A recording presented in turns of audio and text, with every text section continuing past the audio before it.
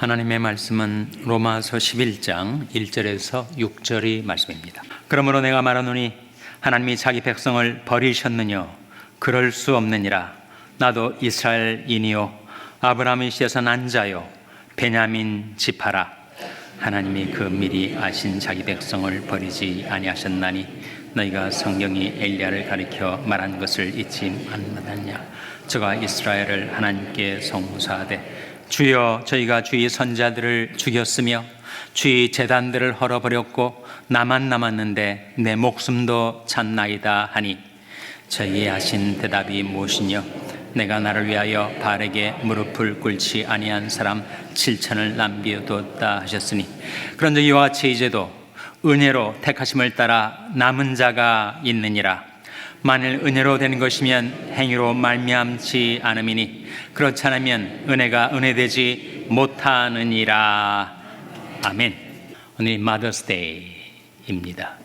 유대인의 속담에 그런 말이 있어요. 하나님은 이 세상 어디에나 계실 수가 없어서 어머니들을 세상에 두셨다.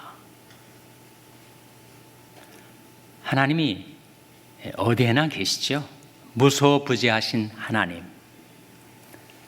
하나님이 눈에 안 보이시니까 영이신 하나님을 우리 육안으로 배울 수가 없어서 그 하나님의 사랑을 눈에 보이는 어머니를 통해서 나타내셨다.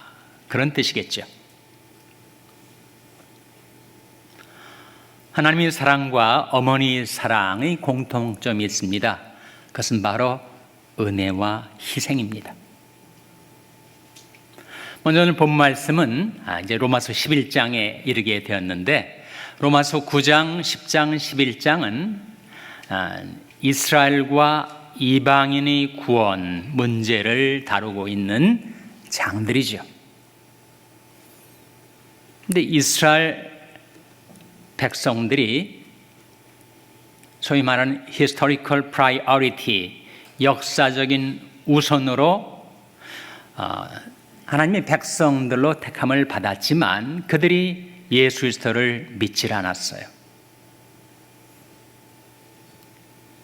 그래서 구원 얻는 지식을 모르고 자기 열심으로 나름대로 열심히 율법을 지켜서 하나님을 섬기노라 하면서 믿음에 의지하지 않고 행위에 의지한 나머지 그들이 구원을 거부하게 되었던 것입니다. 그래서 이제 로마서 11장에 시작이 되면서 바울은 그렇다면 하나님이 택하신 백성들을 다 버리셨다는 말씀인가? 그렇지는 않다 하면서 두 가지 증거를 제시합니다. 하나님께서 이스라엘 백성을 완전히 버리시지는 않았다는 두 가지 증거. 첫째는 사도 바울 자신이 이스라엘 사람 아닙니까? 베냐민의 지파였죠. 그러니까 자기 같은 이스라엘 사람도 있다 하는 거죠. 나도 사실은 망나니처럼 하나님의 교회를 핍박하고 몹쓸 죄악을 많이 저질렀던 인물이었지만 하나님께서 나 같은 죄인에게도 은혜와 긍휼을 베푸셔서 복음을 전하게 해주시지 않았는가? 내가 이스라엘 사람으로서 구원을 받았다는 것은 하나님이 이스라엘을 완전히 버리신 것은 아니다라는 증거죠. 두 번째는 이스라엘 역사 속에 나타난 사건입니다. 엘리야 선지자 당시에 온 이스라엘 백성들이 여호와 하나님을 버리고 바알 숭배, 우상 숭배에 빠져들었어요. 그래서 하나님을 섬기는 자들을 그들이 핍박하고 하나님의 선자들을 잡아 죽이고 하나님을 섬기는 제단들을 헐어버리고 엘리야 하는 말이 나만 남았는데 내 목숨도 찼나이다 하면서 하나님 앞에서 이스라엘을 송사했어요. 그런데 하나님께서 하신 말씀이 내가 아직 바알에게 무릎을 꿇지 않은 7천인을 남겨두었다. 그러니까 엘리야는 자기가 핍박을 받으니까 주관적인 관점에서 이제 다 이스라엘 백성들이 하나님을 떠나서 우상 숭배를 하면서 나까지 잡아 죽이려고 하니 이제 이스라엘은 끝났다 라고 말했지만, 하나님은 하시는 답변이 내가 아직 바알에게 무릎을 꿇지 아니한 7천인을 남겨두었다 라고 이스라엘에 대한 엘리야의 송사를 받아들이지 않으셨습니다. 그러면서 하신 말씀이 오늘 본 말씀 로마서 11장 5절에 나옵니다. 화면에 나온 말씀 같이 읽겠습니다. 시작. 그런즉 이와 같이 이제도 은혜로 택하심을 따라 남은 자가 있느니라. 그런즉 이와 같이 이제도 은혜로 택하심을 따라 남은 자가 있느니라. 우리 역시 그렇지 않습니까? 우리가 하나님의 은혜로 구원받았죠. 우리가 의로운 행위로 구원받은 것이 아니지 않습니까? 우리가 율법을 철저하게 준수했다고 구원받은 것도 아니죠. 은혜로 택하심을 받아 남은 자가 있는 것입니다. 다음 구절 6절 말씀 같이 읽겠습니다. 시작. 만일 은혜로 된 것이면 행위로 말미암지 않음이니 그렇지 않으면 은혜가 은혜되지 못하느니라. 만일 은혜로 된 것이면 행위로 말미암는 것이 아니다. 만일 나의 행위가 나의 구원을 이루는데 보탬이 되었다면 그건 전적인 은혜가 아니지 않는가. 만일 은혜로 된 것이면 행위로 말미암지 않음이니 그렇지 않으면 은혜가 은혜되지 못하느니라. 그건 전적인 하나님의 은혜였다라고 우리도 고백하며 살아가지요. 우리를 구원하시되 우리 행한 바 의로운 행위로 말미암지 아니하고 오직 그의 긍휼하심을 조차 중생의 씻음과 성령의 새롭게 하심으로 하셨나니, 우리가 그리스도 안에서 그의 은혜의 풍성함을 따라 그의 피로 말미암아 구속 곧 죄사함을 받았으니, 우리가 고백하는 하나님의 은혜에 대한 감사 아닙니까? 살면서 온갖 잘못과 죄악을 저지르며 살아왔던 나 같은 죄인에게 하나님께서 구원을 선물해 주신 것은 전적인 은혜다 하는 거죠, 여러분. 그러니까 하나님의 은혜가 우리에게 임해서 우리를 구원해 줄 뿐만 아니라 지금까지 신앙생활을 해오는 나의 인생의 여정에서 하나님께서 우리를 양육해 오시지 않았습니까? 그 양육 역시 주의 은혜로 된 것이다 라고 하는 말씀이 디도서 2장 11절 12절에 나와요. 화면에 나온 말씀 같이 읽겠습니다. 시작. 모든 사람에게 구원을 주시는 하나님의 은혜가 나타나 우리를 양육하시되 경건치 않은 것과 이 세상 정욕을 다 버리고 근신함과 의로움과 경건함으로 이 세상에 살고, 이 말씀에 모든 사람에게 구원을 주시는 하나님의 은혜가 나타나 우리를 양육하셨다. 우리를 구원해 주신 것도 하나님의 은혜고, 우리를 지금까지 살아오도록 양육해 주신 것도 하나님의 은혜였다는 것입니다.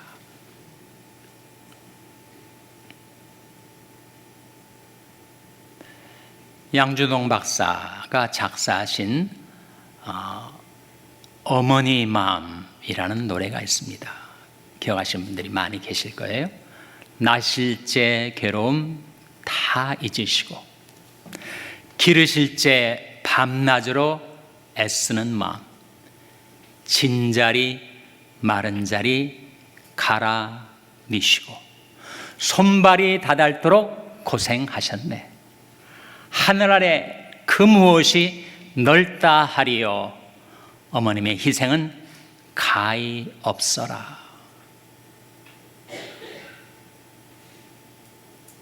어머니의 사랑과 하나님의 사랑의 공통점이 있는데 그것은 바로 희생과 은혜죠. 저는 너무 어려가지고 어머니가 저를 낳으실 때 어머니의 산고를 지켜보지는 못했습니다.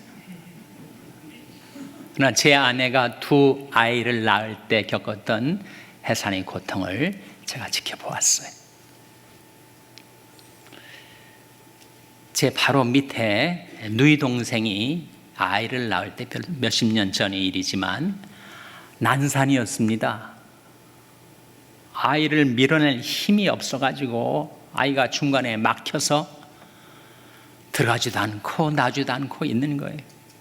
얼마나 딱한 처지인지 저는 그때 잘 몰랐지만 그걸 지켜보는 저희 어머니, 아버지가 눈물을 흘리시더라고요. 뭐 어떻게 도울 수도 없지 않습니까? 가까스로 아이가 태어나긴 했지만 해산의 과정이 결코 쉽지 않습니다. 그런 말 있죠. 여자는 아이를 낳을 때가 가장 고통스럽고 남자는 죽을 때가 가장 고통스럽다. 정말 생명을 출산하기 위한 해산의 고통이 얼마나 큰지. 심지어 오늘날 21세기에도 아이 낳다가 죽는 어머니가 있더라고요. 얼마나 안타깝고 얼마나 슬픈 일입니까?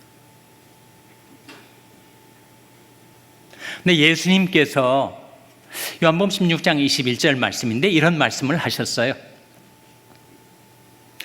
여자가 해산하게 되면 그때가 이르렀으므로 근심하나 아이를 낳으면 세상에 사람 난 기쁨으로 인하여 그 고통을 다시 기억지 아니하느니라. 어떻게 예수님이 아셨을까? 여자가 해산하게 되면 그 때가 이르렀기 때문에 근심하고 걱정하지만 아이를 낳으면 그 산고를 다 잊어버리고 세상에 사람 난 기쁨을 인하여 기뻐한다. 제가 뉴욕에 살고 있는 딸아이에게 그 말씀을 전해줬더니 정말 누가 썼는지 모르지만 너무 명확하게 썼다고. 자기가 그 아이를 낳을 때의 그 고통과 기쁨을 생생히 기억한다고 그렇게 대답을 하길래 제가 누가 그것을 썼느냐 하면 예수 그리스도가 말씀하신 거다. 물론 후에 제자들이 그것을 기록했지만 예수 그리스도가 어머니들을 아신다. 어머니들이 겪는 그 해산의 고통을 예수님은 다 알고 계셔. 제가 대답을 했습니다. 그런데 이 말씀이 나온 것이 요한복음 16장이면 이제 내일이면 십자가를 지시게 되는 바로 그 최후의 만찬을 나눈 다음에 하신 말씀인데 왜 느닷없이 여인의 해산의 고통에 대해서 말씀하셨을까? 여기에 중요한 비밀이 숨겨져 있습니다. 그것은 바로 여인이 해산의 고통을 통해서 생명을 출산하는 것처럼 예수님께서 십자가의 고통을 통해서 우리를 구원하셨다는 거죠. 바로 그런 맥락입니다. 이제 내일이면 십자가를 지시게 되었으니 주님께서 십자가에서 겪으실 그 고통을 생각하면 근심하지 않을 수가 없었어요. 그러나 그 고통을 통과한 다음에 수많은 생명들이 하나님께로 돌아와 구원을 얻게 될 그 자기 앞에 있는 즐거움을 내어다보시고 십자가를 참으셨던 주님은 그 십자가의 고통을 통하여 우리들을 살려내신 거죠.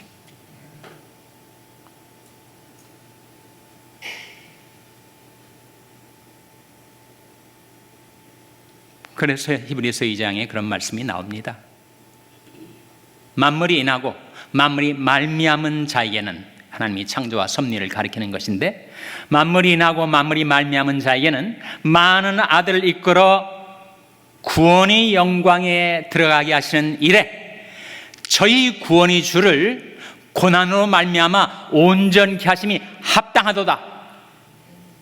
예수님 십자가의 고통 때문에 우리들이 생명을 얻게 되고 구원을 받게 되었다 하는 말씀이죠. 그가 아들이시라도 받으신 고난으로 순종함을 배워서 온전하게 되었은즉 자기를 순종하는 모든 자에게 영원한 구원의 근원이 되시고, 예수님의 십자가가 영원한 구원의 근원이 되셨다는 거예요. 어머니 산고를 통하여 생명이 출산되듯이 예수님의 산고를 통하여 우리가 생명을 얻게 되었다는 것입니다.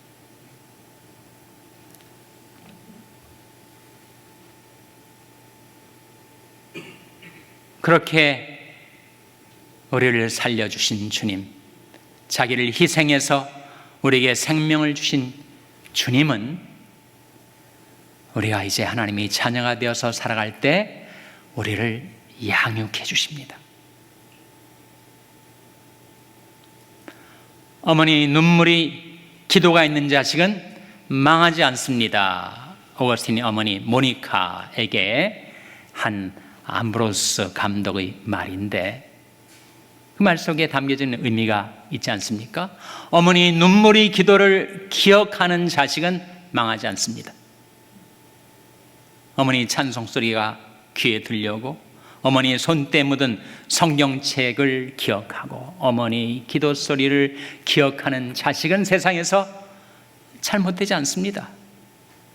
일시적으로는 방황하고 헤맬 때가 있을지라도 결국 돌아오게 되죠. 하나님께로, 어머니 품으로 돌아오게 되는 것입니다. 성경에 보면 우리 하나님을 아버지라고 부르지 않습니까? 그런데 하나님의 사랑을 종종 모성에 비유를 해요. 어머니가 자식에 대하여 갖는 사랑에 하나님의 사랑을 비유합니다. 나의 자녀들아, 너희 속에 그리스도의 형상이 이르기까지 내가 다시 해산하는 수고를 하노니. 해산하는 수고가 나오지 않습니까? 우리 속에 그리스도의 형상이 이르기까지 내가 다시 해산하는 수고를 한다고 하는 말씀이죠. 우리가 너희 가운데서 유순한 자가 되어, 유모가 자기 자녀를 기름과 같이 하였다. 그때 유모는 생모를 가리킵니다. 아이를 낳은 어머니가 아이에게 젖을 물리고 아이를 기르는 것과 같이 하나님의 사랑이 우리에게 임해서 우리를 양육하시고 인도해 주시고 있다 하는 거죠. 언제까지 그런다고요? 너희가 노년에 이르기까지, 너희가 백발이 되기까지 내가 너희를 품을 것이라. 내가 지었은즉 안을 것이요 품을 것이요 구하여 내리라.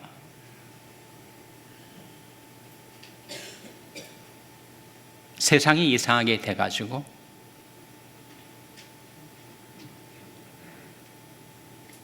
엄마가 자기가 낳은 자식을 버리는 일들이 있을지라도 하나님은 결코 우리를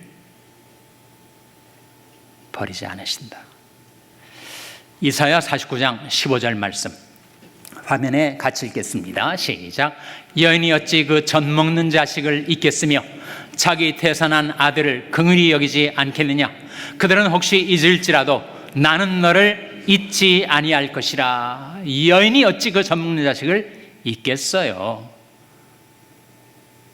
엄마가 어떻게 자기 젖을 물리는 아이를 버릴 수가 있겠습니까? 그러나 세상이 이상하게 돌아가서 모성애가 왜곡되고 그런 일이 혹시 있을지라도 하나님 하시는 말씀이 나는 너희를 잊지 아니할 것이라. 자기 아들을 아끼지 아니하시고 우리 모든 사람을 위하여 내어주신 이가 어찌 그 아들과 함께 모든 것을 우리에게 은사로 주지 아니하시겠느냐. 여러분이 좋아하시는 말씀 가운데 갈라디아서 2장 20절 있지 않습니까? 암송하시는 분들이 많이 계실 텐데, 내가 그리스도와 함께 십자가에 못 박혔나니 그런 적 이제는 내가 산 것이 아니요 오직 내 안에 그리스도께서 사신 것이라. 내가 육체 가운데 사는 것은 나를 사랑하사 나를 위하여 자기 몸을 버리신 하나님의 아들을 믿는 믿음 안에서 사는 것이라. 그 말씀 가운데 나를 사랑하사 나를 위하여 자기 몸을 버리신 그것이 주님이 희생, 주님의 은혜 아닙니까? 그래서 우리를 살려주신 십자가의 보혈의 공로로 우리 모든 죄악을 대속하시고 우리를 용서하시고 우리를 받아주신 하나님. 우리가 아직 죄인 되었을 때 그리스도께서 우리를 위하여 죽으심으로 하나님께서 우리에게 대한 자기 사랑을 확증하셨느니라. 그래서 하나님의 사랑과 어머니의 사랑에 공통점이 있으니 그것이 바로 은혜와 희생입니다. 내가 태어날 때 나의 출생을 위해서 내가 기여한 바가 하나도 없습니다. 은혜로 내가 생명을 받았죠. 그리고 나를 출산하기 위하여 내게 생명 주시기 위하여 어머니가 그 희생의 산고를 치르신 것처럼 우리에게 영원한 생명을 주시기 위하여 십자가에서 해산의 고통을 겪으셨던 우리 주님, 그 은혜로 우리를 구원하신 주님은 그 은혜로 우리를 지금도 양육하시고 인도하고 계십니다. 어머니 나를 맞이해서 어머니 은혜와 희생을 기리고 어머니 사랑에 감사드리고 또 어머니를 우리를 위하여 내신 하나님께 감사드리는 복된 주일이 되시기를 주님의 이름으로 축원합니다. 기도하시겠습니다. 하나님 아버지, 어머니의 희생과 은혜로 저희들이 생명을 얻어 살게 된 것처럼 우리 주님 예수 그리스도의 십자가의 희생과 은혜로 저희들이 구원을 받고 양육을 받고 오늘까지 여기까지 살아왔습니다. 하나님, 은혜를 잊지 않는 하나님의 자녀로 살게 하여 주시고 하나님의 그 은혜와 사랑에 감사와 찬송을 잊지 않고 살게 해주시기를 바라옵고 예수님의 이름으로 기도하옵나이다. 아멘.